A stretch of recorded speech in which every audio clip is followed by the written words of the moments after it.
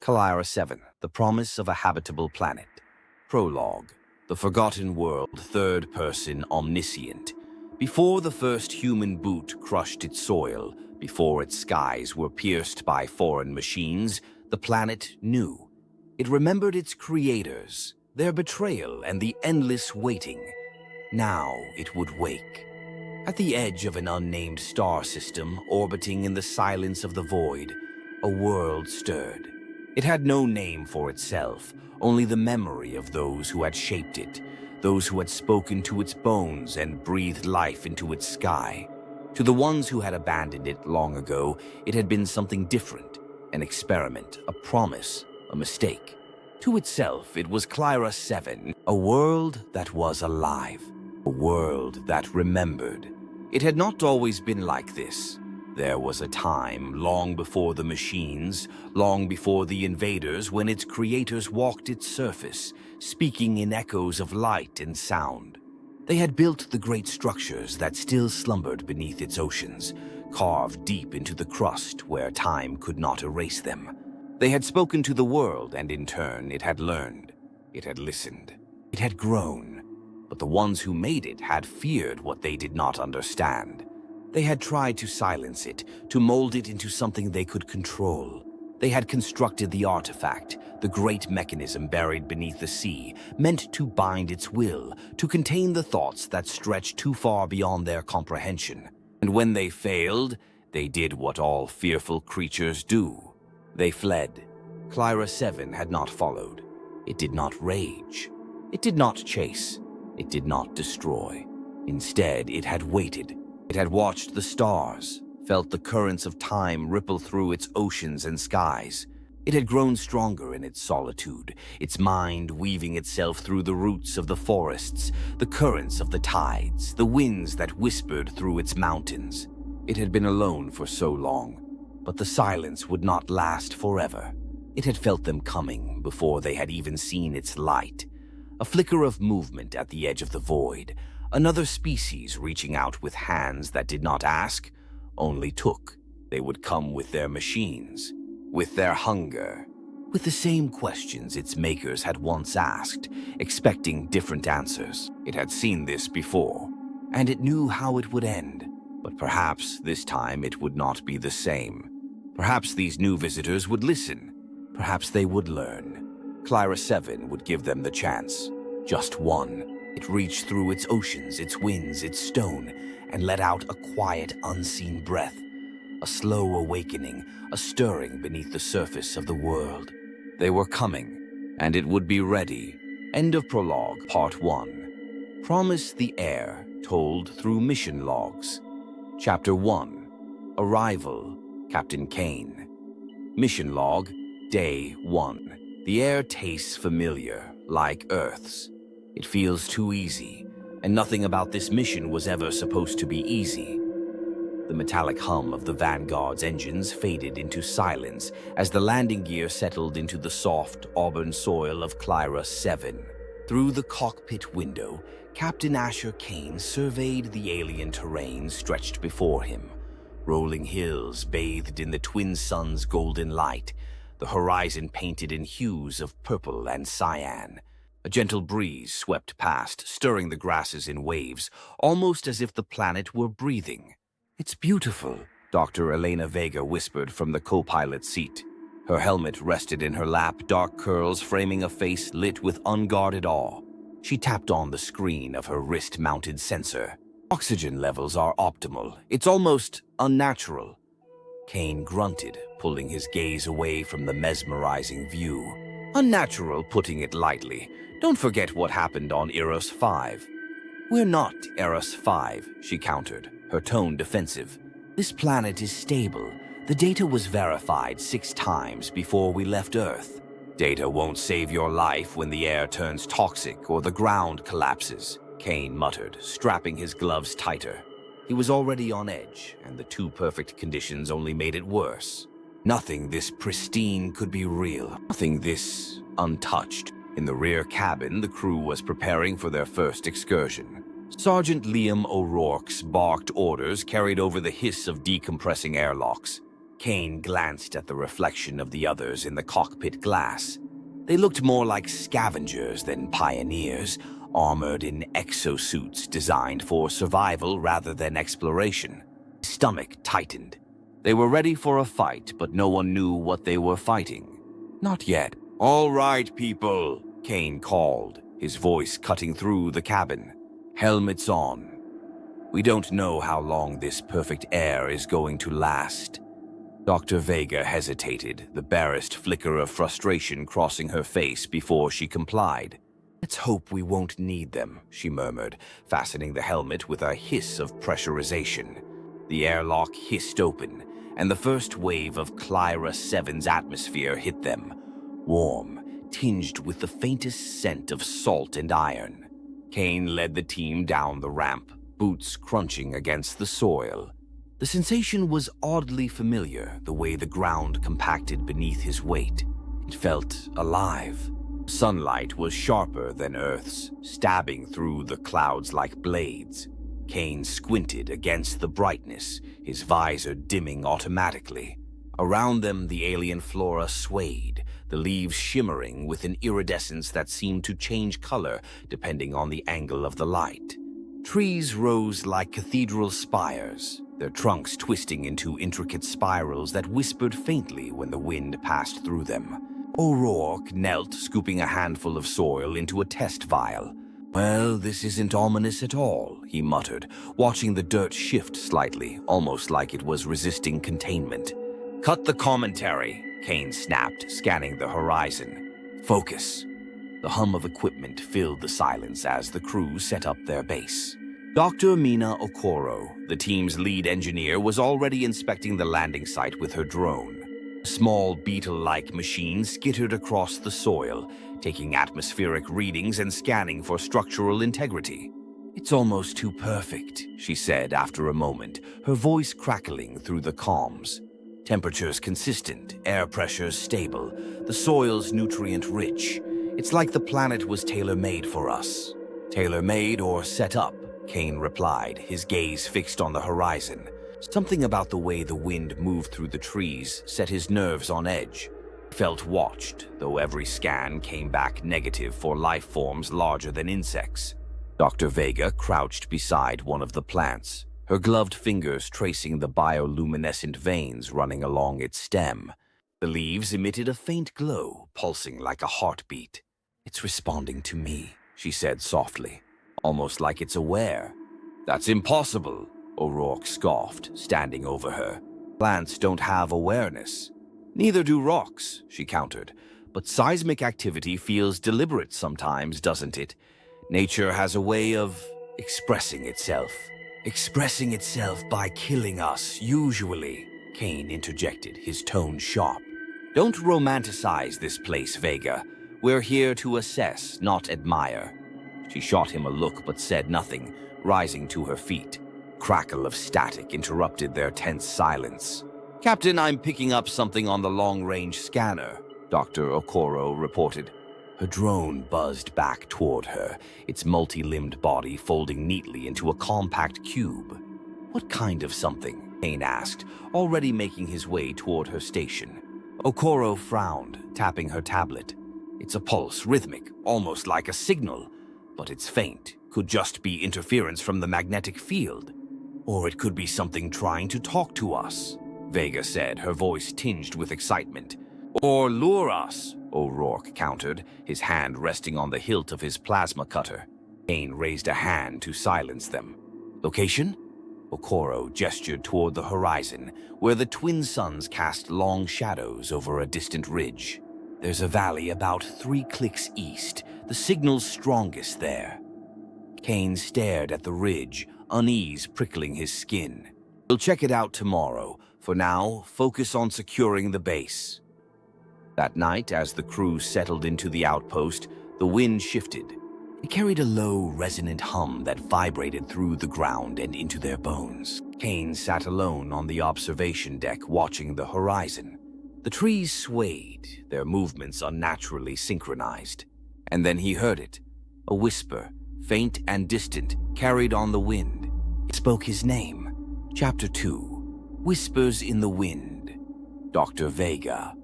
Personal log. Dr. Elena Vega. The wind sings here. It carries voices I can't understand. I wonder if it's the sound of life or our minds cracking under the pressure. The wind spoke in rhythms, not constant but purposeful. At least, that's what Elena Vega told herself as she stood at the edge of the outpost, facing the horizon where the twin suns hovered like watchful eyes. The grasses shifted in synchronized waves, shimmering in the daylight. She ran a gloved hand over her helmet, debating whether the faint hum she kept hearing was real or the byproduct of stress. "Anything," Mina Okoro's voice crackled through her comms. The engineer's drone buzzed around the camp like an over-caffeinated insect. "Nothing tangible yet," Vega replied. She glanced at her atmospheric analyzer, which displayed an unsettling pattern of data. Fluctuations in air density and pressure. They were subtle but persistent, as though the very air were alive and shifting around her. "This planet is playing tricks on you already, Doc," O'Rourke said, striding past her with his usual swagger, plasma cutter hanging loosely from his belt. "You're too used to Earth. Out here, nothing's normal. Normalcy doesn't explain this," Vega muttered, mostly to herself. She watched as O'Rourke stomped toward the supply tent, his heavy boots leaving faint impressions in the soft soil. The wind didn't just move, it responded, curling around his form like it was learning him. Vega knelt and placed a thin sampling probe into the soil. The planet's crust was unusually pliable, almost elastic. When she pulled the probe out, the soil snapped back into place, like flesh healing from a wound. She frowned. "This shouldn't be possible," she whispered, recording the anomaly in her datapad. The air around her shifted suddenly, a burst of movement that swept through the camp like a silent gust. For a moment, the grasses bent unnaturally, pointing toward the eastern ridge where Okoro had identified the faint signal. Vega froze, watching the movement ripple like a wave in the ocean. The wind carried something with it this time, a sound. She tilted her head, straining to listen through her helmet's external sensors. It was faint, almost imperceptible, but it was there. A hum. No, not a hum, a voice. "Elena." Her breath caught in her throat. The sound wasn't in the wind. It was inside her helmet. Back at the outpost, Vega hunched over her workbench, her analyzer displaying an erratic series of spikes. The others were clustered in the center of the base, their voices muffled through the partition wall. She could hear O'Rourke's gruff laughter, Okoro's measured responses, and Captain Kane's clipped commands.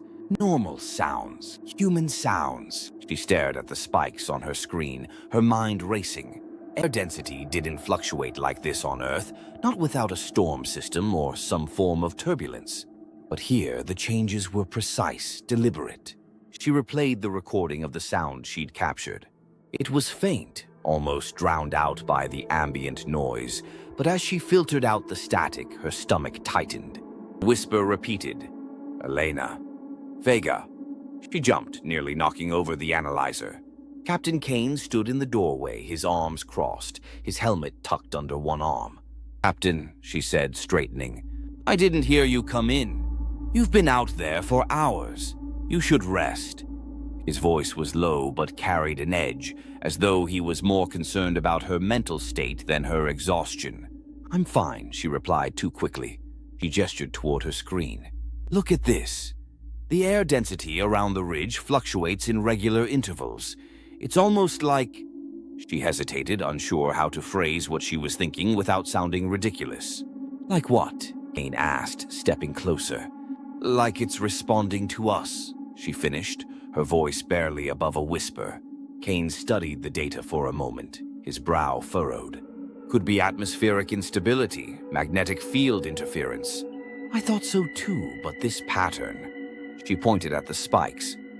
"It's consistent, predictable, almost like a signal." Kane's jaw tightened. He didn't like speculation. "We'll investigate the ridge tomorrow. For now, get some rest. That's an order." Before she could argue, he was gone, leaving her alone with the whispering wind and her growing unease. That night, Vega lay on her cot, staring at the ceiling of her tent. The others had turned in hours ago, their breathing deep and even through the thin walls. Outside, the wind howled softly, rising and falling like a living thing. She couldn't stop replaying the recording in her head. The voice, her name, was too distinct to ignore. Was it possible she was cracking under the pressure of the mission? The isolation, the alien environment, the weight of Earth's expectations. No, she refused to believe that. Sliding out of bed, she grabbed her analyzer and slipped out of the tent. The air was cooler now, carrying a metallic tang that stung her throat. She scanned the perimeter, her boots crunching against the soil. Then she saw it. The grasses, shimmering faintly in the moonlight, were bent in a perfect circle around the camp. At the center of the circle, the soil rippled subtly like the surface of a disturbed pond. Elena. She froze. This time, the voice wasn't in her helmet. It was in the air, clear and deliberate. Her fingers tightened around the analyzer. Slowly, she stepped closer to the rippling soil, her heart pounding in her chest. The whisper came again, louder now, almost insistent. The ground beneath her feet shifted, and she staggered back as the soil began to sink. A shape rose from the earth, a black, metallic shard, its surface etched with glowing symbols that pulsed like a heartbeat. She stared, transfixed, as the whispering intensified, forming words she couldn't understand. Then the wind roared and the world went black. Chapter 3. The Air Fights Back.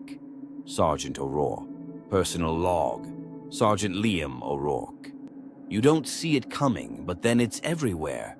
The air here isn't still, it's alive, and it hates us.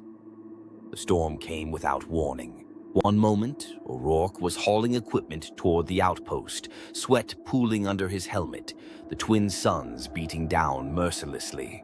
The next, the sky darkened, the sun swallowed by swirling clouds that bled across the horizon like ink spilled in water.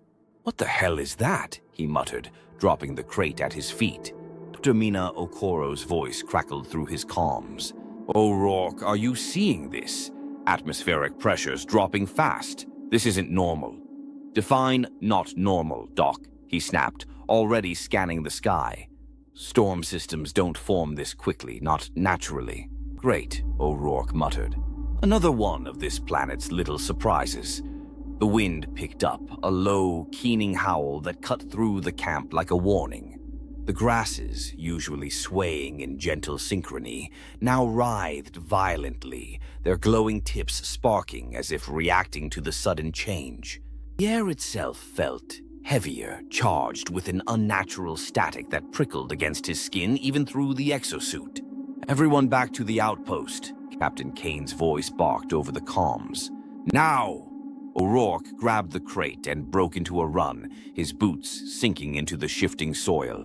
The wind battered him from all sides, nearly knocking him off balance.